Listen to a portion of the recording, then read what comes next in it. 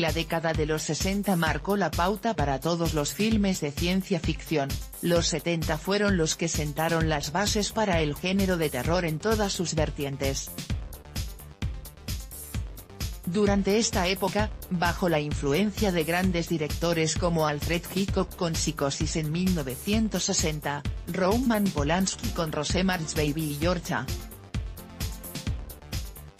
Romero con La Noche de los Muertos Vivientes, ambas en el 68, comenzó una ola de cintas cuyos protagonistas eran la sangre y los muertos, ya sea vivientes o como entidades sobrenaturales. Estos nuevos filmes de terror representaron de alguna manera, considerando que Hollywood seguía siendo la meca del cine a nivel mundial, la moral decaída de una sociedad que venía de una guerra fallida y sin sentido en un país lejano. La muerte, del símbolo de liberación y la fomentación o lucha de la libertad a través de la justicia, así como el resurgimiento mediático del feminismo auspiciado por la revolución sexual, que a su vez fue estimulada por una experimentación con drogas.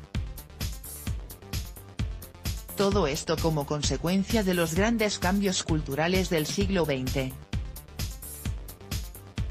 Cada una de estas características influyó de manera indirecta en la enorme cantidad de producciones de terror que, sin importar la historia, abordaban temas íntimamente relacionados con la muerte, la sangre, erotismo y sensualidad, y sobre todo, la desesperación, por no decir locura, del hombre a un nivel individual y colectivo. Con esto, llegaron en los 70 filmes como Don't Look Now de Nicholas Rowe, The Wicker Man de Robin Hardy y El Exorcista de William Friedkin, las tres en 1973, junto a títulos mucho más comerciales y diversos como House, 1975, de Steven Spielberg, Carrie de Brian De Palma y El quimérico inquilino de Polanski en el 76, Eraserhead de David Lynch y Suspiria de Dario Argento de 1977, Halloween en el 78 de John Carpenter y por último, para abrir con broche de oro la década de los 80, la producción de The Shining bajo el lente de Stanley Kubrick.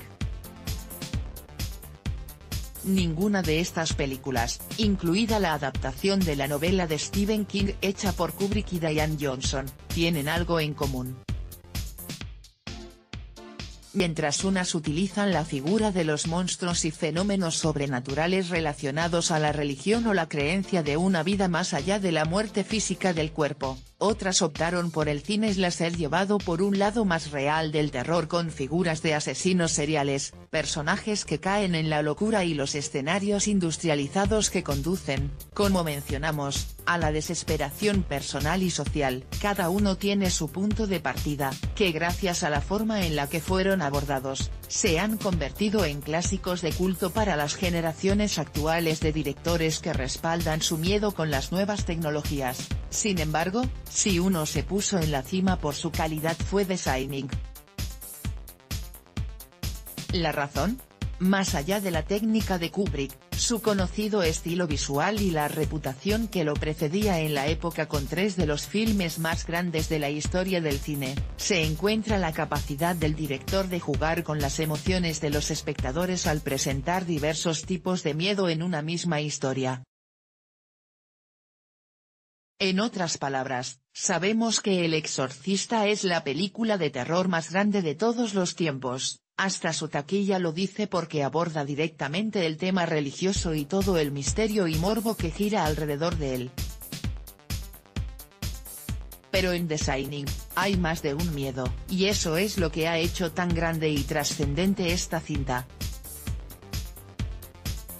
En 1977, Stephen King publicó The Shining, y como costumbre del autor, la novela se convirtió en un bestseller considerado por muchos como una de las mejores novelas de terror de su época, así que parecía no estar de más que Kubrick, conocido por sus adaptaciones cinematográficas, se adueñara de este libro y lo tradujera a una experiencia visual.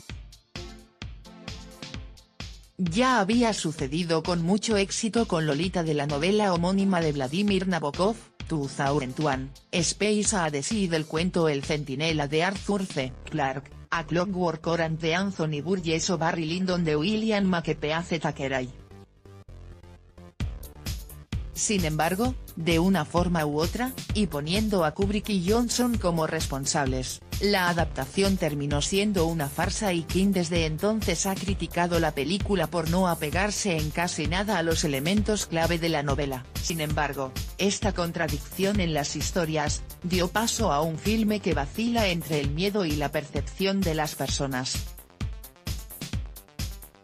Es decir, con lo que es conocido para nosotros como terrorífico y con lo que realmente puede ser y suceder. En la novela The Shining, Wendy Torrance es una mujer fuerte y empoderada, Tony es más que un dedo, se trata del Danny del futuro que habla con el niño a través de sus poderes Shining para advertirle de los peligros del hotel y su papá, Jack utiliza un mazo no un hacha para intentar asesinar a su familia. La habitación de la mujer muerta es 217, no 237, Dick Halloran no muere, incluso aparece en la secuela titulada Dr. Jeep, o bien, Jack muere pero no sin antes decirle a Danny que lo ama, que puede escapar con su mamá para finalmente destruir el Overlook Hotel que está vivo y maldito esperando a su siguiente Jack Torrance.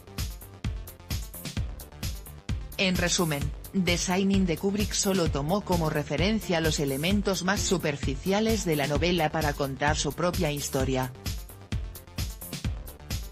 Si el cineasta hubiera sido fiel a cada una de las partes que conforman la novela, nada habría sido tan espectacular como lo es en el filme, desde la percepción del tiempo, la importancia de la escenografía, hasta la iluminación. Cada uno de ellos juega un papel importante para que el filme se convirtiera, como dicen muchos especialistas, en la película de terror más importante e influyente del cine moderno, lo que nos hace volver al punto de partida, hay más de un miedo en la misma historia.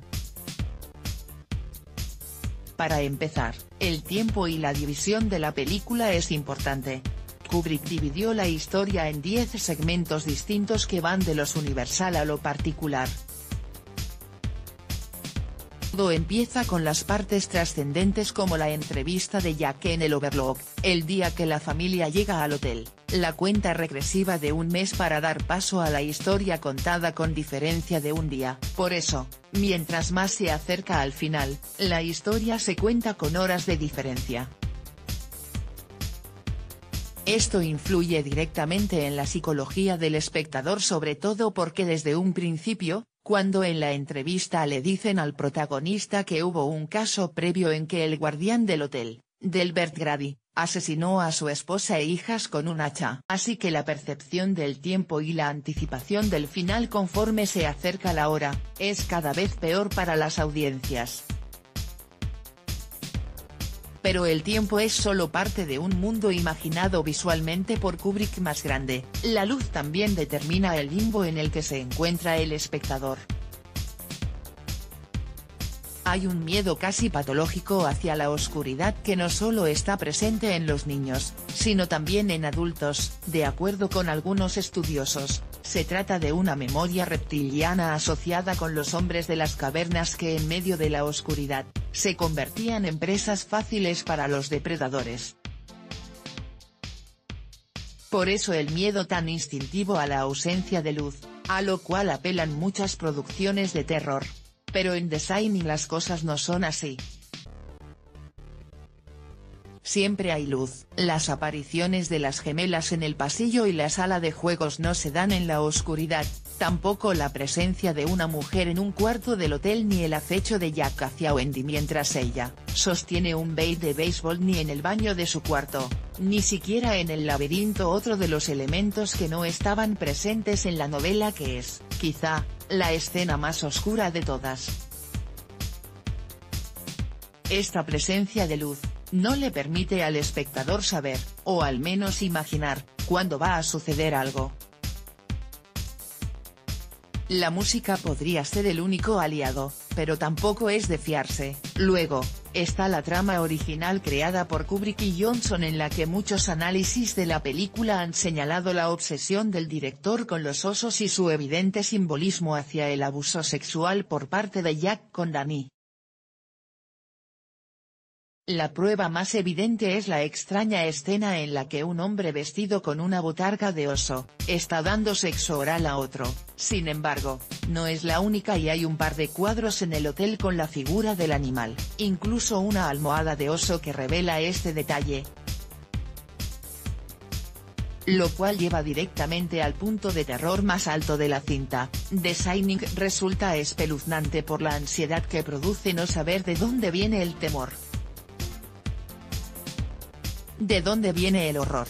Del que no comprendemos, del que está más allá de nuestros sentidos o de lo que realmente puede suceder, del hecho de que un hombre sea capaz de matar a su familia de forma violenta. Sin despreciar el valor del trabajo de King, el cual recibió una adaptación totalmente fiel en 1997, el autor se perdió la clave de nuestro mayor miedo. Mientras King quiere asustar a los lectores con la historia de un hotel que es capaz de cobrar vida para hacer daño, Kubrick no se deja llevar por el miedo a lo sobrenatural, sino, dirige todo su filme hacia la incertidumbre de un espacio aislado y como el personaje principal por diversas razones que nunca son claras enloquece y se propone asesinar a su hijo y esposa. El cineasta juega con las emociones de las personas ya sea con un diálogo o una toma sin que seamos conscientes de ello. Por eso, al principio nos da la soledad del hotel, el silencio de un lugar como el Overlook, para luego dar paso al miedo real, del que viene de nuestra imaginación con nombre y forma. No podemos olvidar tampoco la obstinación ya conocida de Stanley Kubrick con la perfección y cada uno de los detalles. Si la película da miedo es porque el director se encargó de que la misma producción fuera horrible. Shelley Duvall, quien dio vida a Wendy Torrance, habló en varias ocasiones del infierno que fue para ella filmar la película con un director que la molestaba todo el tiempo e incluso la hizo repetir 127 veces una misma escena para que quedara en el punto en que provocara ansiedad y desesperación verla. La parte en la que Jack revela su estado siguiendo a Wendy mientras ella sostiene un bat de béisbol. En realidad, la historia detrás de The Shining no es tan compleja. Finalmente, es una película que actúa directamente en los instintos más básicos de las personas, instintos animales que nunca han necesitado mayor explicación que la vida misma y la capacidad de los seres humanos para sobrevivir. Tan simple como alguna vez el mismo Kubrick describió la película, "It's just a story of one man's family quietly going insane together".